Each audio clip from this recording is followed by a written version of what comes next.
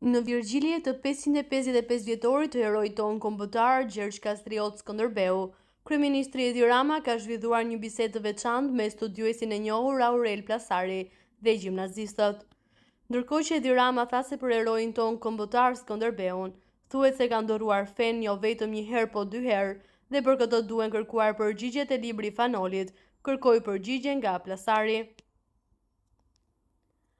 Aurel Plasari tha se Skënderbeu nuk ka ndoruar fen dhe se argumentet jepen duke lexuar Nolën. Mes të tjerash, ai tha se nuk ka një datë të saktë të ditës se kur ka lindur, apo dhe vendin. Mes të tjerash, Plasari pohoi se ka dyshime, por pa fakte se Skënderbeu mund të ketë lindur në Prizren. Argumentet duhen lexuar te Noli. Ai niste se nga e kemi këtë të dhënë. E kemi nga të dhënat legjendare, Noli në pleqëri. Pasi shkroi 3 vepra t'jep argumentet dhe kundër marrjes peng. Ai thot jo, por është bërë me status të vasalitetit. Kur kishte nevojë sultani, ai Gjoni është detyruar që të çonte të birin në ushtri. Është studim që është në Shqip. Kur shkrova unë, ata than. Plasari përmbysi historinë. Po çfarë historie përmbysa unë? Unë citova Nolin. Një nga faktet është marrëdhënia e Gjon Kastriotit në Malin e Shenjtë. Të drejtat e Ada Lafatit janë të drejtat të një vllazërie. Këta princa në Ballkan e përdorin si mundësi për të strehuar në një situatë ekstreme. Gjoni ka 4 djem. Aty mungonte emri një vëllai që thuhet se u bë turk, i ati i Hamzait. Pse? Se në një manastir të Malit të Zi s'mund të blinte të drejtë vllazërie një musliman. Ndaj dhe ky është një dokument që Skënderbeu nuk është musliman. Ai është rritur dhe stërritur katolik. Nga ana tjetër, blerja nga ana e të atit të një pirgu, që është pirgu shqiptar që ishte katolik, dhe më pas ju dhuruan 2-3 fshatra manastiri, është marrëdhënie e qartë e dokumentuar, ku Gjergj Kastrioti nuk figuronte i konvertuar. Dokumentat e Llalldarit tregojnë se në një nga vëllezërit e Skënderbeut është varrosur aty, në një manastir. Për mua është edhe varri Kastrioti tjetër, që ka mundësi të jetë varri i babait të Skënderbeut.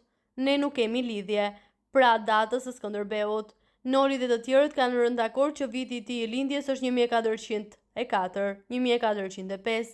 Tani kanë shpikur një datë dhe zonja ambasadore. Data e lindjes në mesjet mbajshin në librat e kishës për pagëzime. Këto regjistra nuk ekzistojnë se nuk e dim se ku ka lindur. Unë kam idenë se ka lindur diku në Prizren, por s'kam asnjë fakt. Datën e vdekjes e dim shumë mirë se vdiq një njeri i rëndësishëm për Europën. Kemi një gabim te Barleti që e vdes një vit më parë.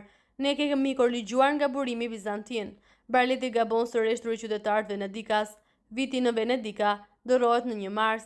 Për Barletin data e vdekjes është 1467, tha Plasari.